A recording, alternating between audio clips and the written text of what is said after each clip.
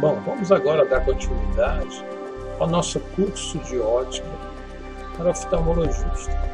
Lembrando que, a princípio, ele será mais adequado a todo aquele que inicia a sua residência médica.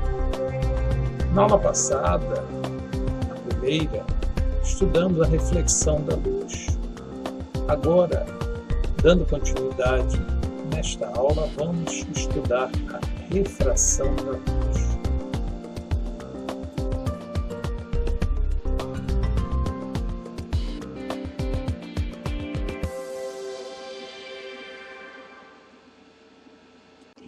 Vamos iniciar o nosso estudo de refração. Antes, faremos algumas observações. A luz se propaga em linha reta no interior dos meios ópticos homogêneos. O raio representa a trajetória da luz. O ângulo de incidência é sempre igual ao ângulo de reflexão, como estudamos na última aula. Nesta igualdade, não importa os meios que estão separados pela interface. Isto é, por exemplo, se aqui é ar, se aqui é água, ou se aqui é ar e aqui é vidro, não importa. Sempre o ângulo de incidência será igual ao ângulo de reflexão.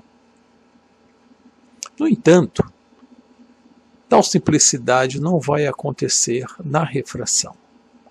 O ângulo de refração vai ser modificado sempre que modificarmos os meios que estão separados pela interface.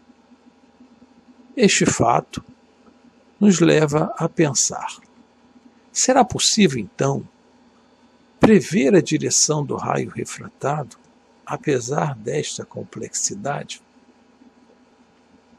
Para facilitar o nosso estudo, faremos uso de um simulador, reconhecido como PHET.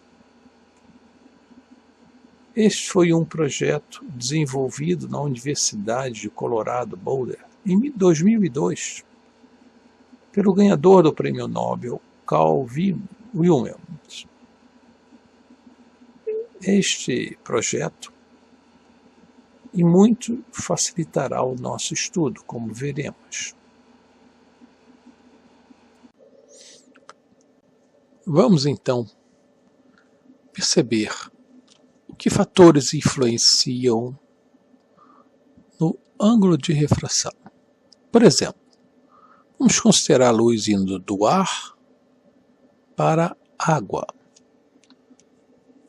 Como falamos há pouco, o ângulo de incidência, por exemplo, 45 graus, sempre será igual ao ângulo de reflexão. No entanto, o ângulo de refração será modificado se modificarmos os meios que estão separados pela interface. Neste caso, temos ar e água.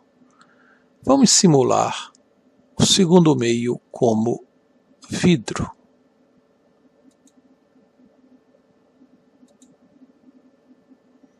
Como podemos notar, o ângulo de incidência continua igual ao ângulo de refração, porém, um novo ângulo de refração surgiu. Corrigindo, o ângulo de incidência continua igual ao ângulo de reflexão, porém, um novo ângulo de refração surgiu, evidenciando que o ângulo de refração depende dos meios que estão separados pela interface. Um segundo fator é importante. Vamos modificar a cor da fonte de luz. Vamos trocá-la de vermelho para azul. Novamente verificamos que houve uma modificação do ângulo de refração. Então, o ângulo de refração depende dos meios que estão separados pela interface e da cor da fonte de luz. Vamos então iniciar o estudo da refração utilizando alguns fatores que particularizam a situação. Primeiro, vamos considerar sempre a fonte de luz vermelha. E, nesse primeiro estudo, a luz passando do ar para a água.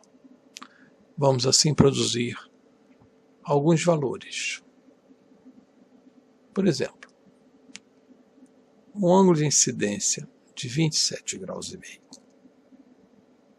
Para ele verificamos o mesmo ângulo de reflexão, porém um ângulo de refração de 20,3. Vamos agora aumentar um pouco o ângulo de incidência. 40,6 para ângulo de incidência, 40,6 de reflexão, 29,2 de refração. Aumentaremos um pouco mais. 55,8 graus de incidência, 55,8 de reflexão, 38,4 de refração. Um pouco mais. Com 70,4 graus de incidência, 70,4 graus de reflexão, 45 graus de refração. Mais um pouco. 81,9 graus de incidência, 81,9 graus de reflexão, 48 graus de refração. Vamos agora considerar esses valores. Vamos reuni-los numa tabela e procurar observar alguma relação entre esses números, relação esta que pode nos dar o caminho da lei da refração. Vamos então analisar os nossos dados. Abrindo a planilha de cálculo, vamos colocar em uma coluna os ângulos de incidência e os correspondentes ângulos de reflexão e, por último, os correspondentes ângulos de refração. Por exemplo, nesta linha, incidência de 27 graus e meio teve uma reflexão de 27,5 e uma refração de 20,3. Uma incidência de 40,6 teve uma reflexão de 40,6 e uma refração de 29,2, e assim sucessivamente. Buscaremos uma relação entre esses números. Bom, a relação mais simples que existe na matemática é a relação de proporcionalidade direta. Duas grandezas são diretamente proporcionais quando a razão entre elas é uma constante. Vamos verificar se essa relação existe aqui entre esses números. Vamos primeiro ocultar a coluna de refração e vamos analisar apenas ângulo de incidência e de reflexão. Vamos ocultar esta coluna.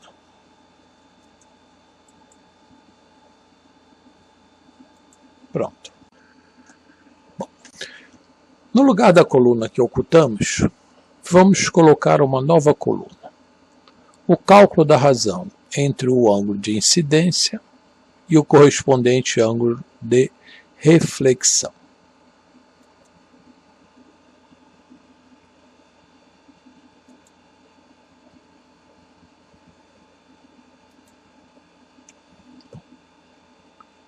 O esperado. Dois números iguais, a razão entre eles, a unidade. Vamos repetir esse cálculo para demais linhas.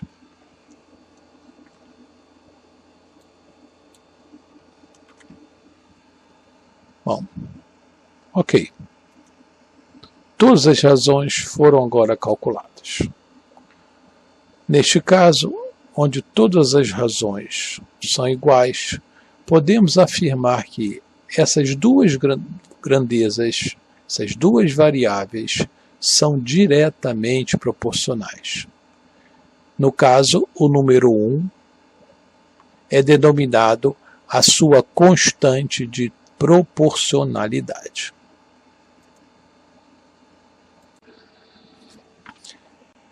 Os dados obtidos, se comparados através de um gráfico, o ângulo de incidência em comparação ao correspondente ângulo de reflexão, tratando-se de grandezas diretamente proporcionais, iremos obter uma reta que, se prolongada, passará no ponto 00. Então, resumo, grandezas diretamente proporcionais, quando comparadas graficamente, nos dão uma reta passando pela origem. Vamos agora fazer o mesmo estudo, comparando o ângulo de incidência com o correspondente ângulo de refração. Através de sua razão, então vamos. Na planilha de cálculo, iniciaremos o cálculo da razão. Essa célula dividida por esta. Pronto. Razão 1,4. Agora, faremos o mesmo cálculo para as outras.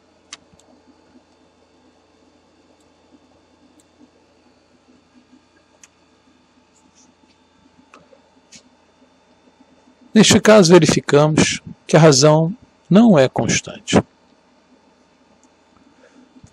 Portanto, o ângulo de incidência não é diretamente proporcional ao ângulo de refração.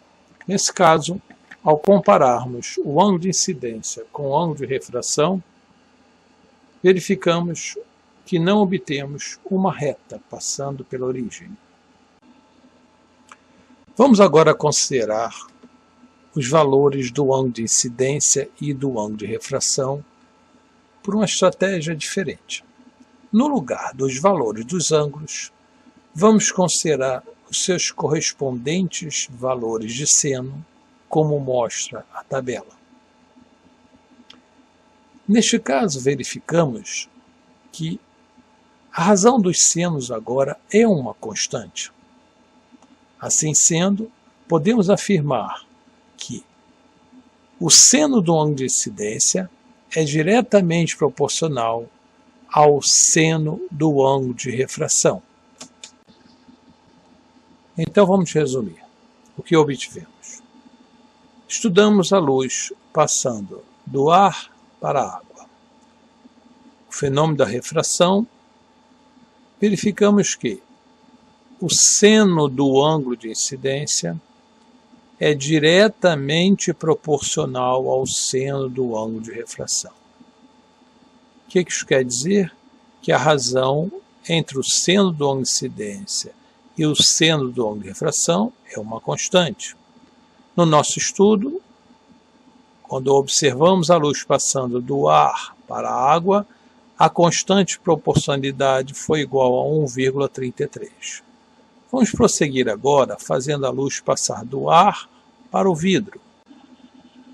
Vamos agora fazer a luz passar do ar para o vidro.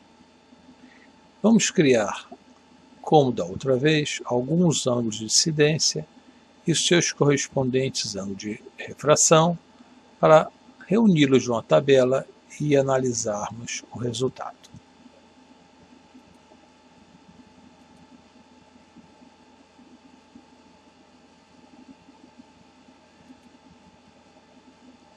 Vamos começar com um ângulo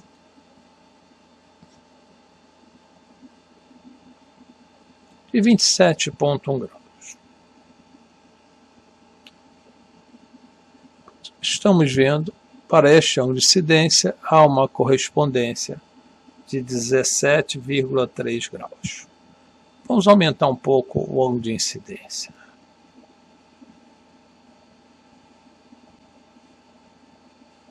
Pronto. 41,1.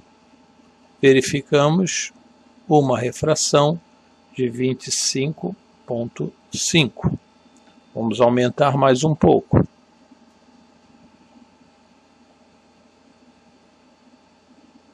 Pronto. 54,5. Verificamos agora uma refração de 32 72.2. Aumentar mais um pouco.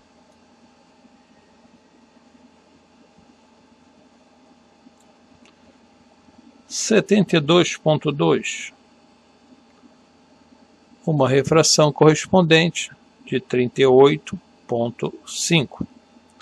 Mais um pouco.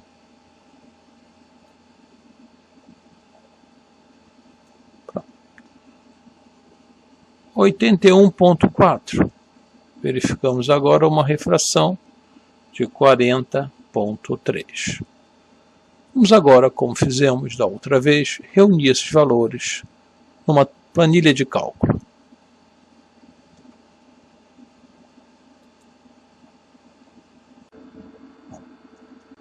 Agora, com nossos valores todos reunidos numa planilha de cálculo,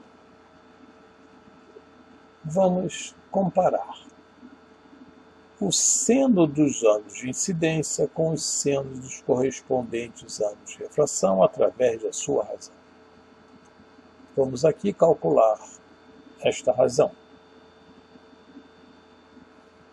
O seno do ângulo de incidência dividido pelo seno do ângulo de refração. Okay. Vamos agora repetir esse cálculo para as demais células.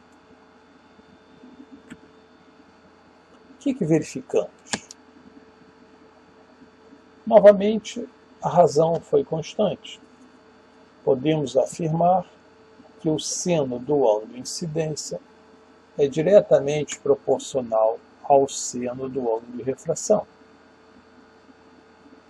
Porém, agora, verificamos que a razão é igual a 1,53 e não mais igual a 1,33, como no caso anterior. Logo, os meios modificam o resultado da razão. Vamos agora resumir o que estudamos nesta aula. A luz se propaga em linha reta, até que encontre um ponto de uma interface. Interface é a superfície que separa dois meios, isto é, separa o meio A do meio B. Como observamos, o raio incidente, que vinha se propagando em linha reta, no ponto de incidência, ele se divide, assumindo duas novas direções. Ele se divide entre raio refletido e raio refratado. O raio incidente tem a sua direção medida pelo ângulo de incidência.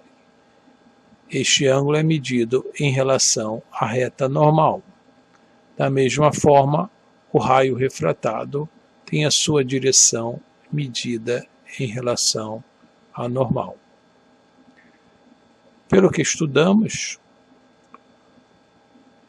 ao compararmos a direção do ângulo de incidência com o ângulo de refração, é possível determinar uma lei partindo do princípio que o universo é um cosmo, isto é, ele tem uma ordem interna. Pelo que estudamos nesta aula, o seno do ângulo de incidência é diretamente proporcional ao seno do ângulo de refração, isto é, a razão entre eles é uma constante.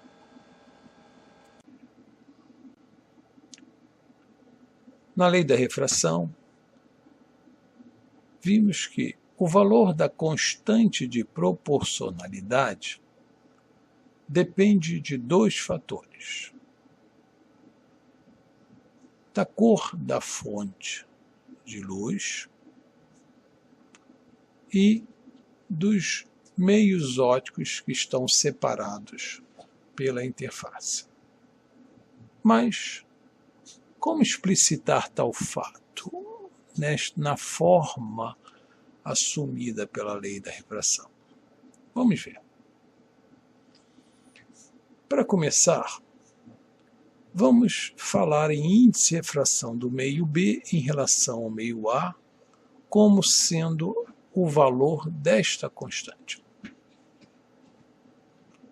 E este índice fica determinado pelo valor de uma razão, aonde o numerador é denominado o índice de refração do meio B e o NA pelo índice de refração do meio A. Bom, vamos tornar isso um pouco mais claro. Desta forma, empregando esta razão no lugar da constante, fica a lei da refração escrita nesta forma mais conhecida. Vamos tornando um pouco mais clara essa ideia. Esta razão é denominado índice de refração relativo. É o índice de refração do meio B em relação ao meio A. Esta razão, ela é geralmente simplificada. Toma-se o meio A como um meio de referência e se dá a ele o valor unitário. Assim fazendo, deixa-se de falar de índice de refração relativo como um número diferente do próprio valor de NB. Por quê? NB dividido por 1 será igual ao próprio NB. Quando assim fazemos, isto é, quando definimos o valor de NA como 1, passamos a chamar NB do índice de refração absoluto. Na ótica oftálmica, o ar foi escolhido como meio óptico de referência, logo o seu valor é unitário. Assim sendo, o índice de refração absoluto diferencia os meios ópticos, como veremos na tabela a seguir.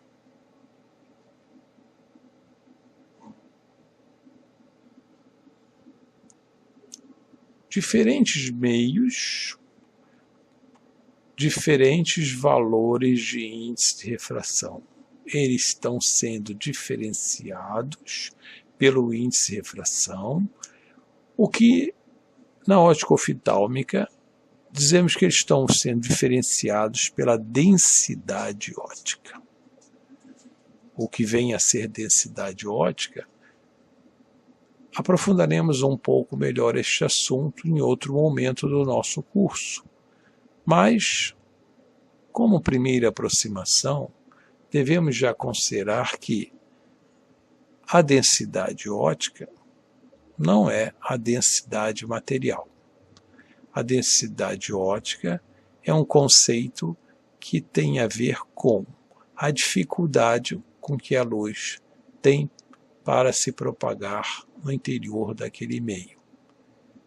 Isto é, na água, cujo índice de refração é maior do que a do ar, esta ideia está dizendo que na água é mais denso o meio do ponto de vista óptico, então aqui na água a luz se propaga com menor velocidade que no ar. No diamante, um dos maiores índices de refração da natureza, é onde a luz se propaga com a menor velocidade. Mas isto foge um pouco ao estudo da ótica geométrica que estamos fazendo agora. Isso tem a ver com a denominada ótica física, que será estudado em outro momento do nosso curso. Por enquanto, nos basta conhecer as leis da reflexão e da refração, que com elas nos permite determinar a trajetória da luz. Até uma próxima aula.